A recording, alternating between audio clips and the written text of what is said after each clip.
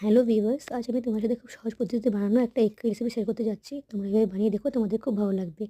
তোমরা প্রথম ডিমগুলোকে ভালো করে সিদ্ধ করে তাতে হলদি নুন মেখে নিতে পারো। যেমন আমি মাখিনি, আমি কি করেছি, কড়াইতে তেল গরম করে তাতে একটু হলদি নুন দিয়ে দিয়েছি, আর তাতে আমি ডিমগুলোকে একটু শ্যালো ফ্রাই করে নিয়েছি। তোমরা এভাবে করতে পারো, এভাবে খুব সহজ হয় আর প্রত্যেকটা ডিমে ভালো করে হলদি নুনটা লেগে যায়।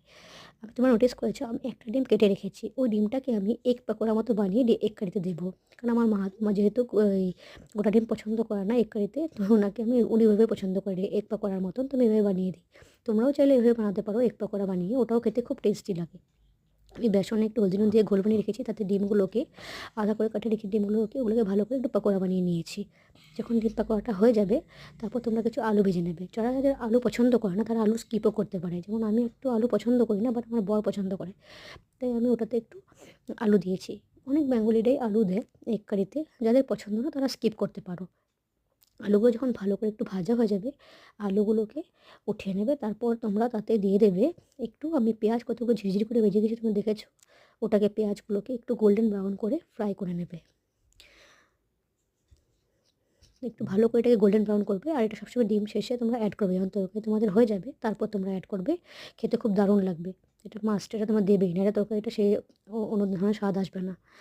আমার কথার কথা তোমাদের আজকে একটু নার্ভাস লাগতে পারে ভয়েসটাতে আমার, কারণ ফার্স্ট টাইম এমন বড় ভিডিও বানাচ্ছি, তাই আমার একটু নার্ভাসনেস লাগছে। প্লিজ যদি কোনো ভুল ত্রুটি হয় আমাকে ক্ষমা করে দিও, আর আমার চ্যানেলটা প্লিজ সাবস্ক্রাইব করে দিও।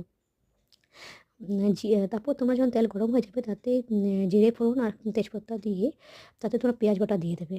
পেঁয়াজটা যখন ভালো করে ভাজা হয়ে যাবে, তারপর তোমরা টমেটো, কাঁচা লঙ্কা, আদা, রসুন, জিরে গুঁড়ো, ধনিয়া গুঁড়ো, আর আমি এটাতেই একবারে না, এই বাটাটার মধ্যে হলদি নুন একসাথে দিয়ে দিয়েছি। আর আমরা যে টমেটো পেস্ট করেছি, ওর পেস্টের মধ্যে আমি দালচিনি আর এলাইচি অ্যাড করে দিয়েছি। লং একসাথে পেস্টে আমি অ্যাড করে দিয়েছি, তাই আমি সম্বাসে এক্সট্রা করে, মানে ফোড়নে আমি এক্সট্রা দিইনি। তোমরা যখন এই মশলাগুলো ভালো করে ভাজা হয়ে যাবে তোমাদের, তারপর তোমরা তোমাদের পরিমাণ মতো জল অ্যাড করে দিও। দেখো মশলা তোমরা দেখতেই পাচ্ছ ভালো করে ভাজা হয়ে গেছে আমার। আমি এখন এটাতে ভালো করে একটু জল অ্যাড করে দেবো।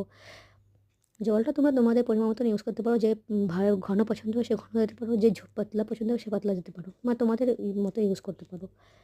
তারপর আমি এটাতে ডিমগুলো একটা একটা করে অ্যাড করে দেবো। আর তারপর যখন এটা ভালো করে হয়ে যাবে, তারপর এটা শেষে আমি এটাতে যে যে বারিশটা বানিয়ে রেখেছি পেঁয়াজের, ওটা ধনে পাতা আর গরম মশলা দিয়ে নামিয়ে নেব।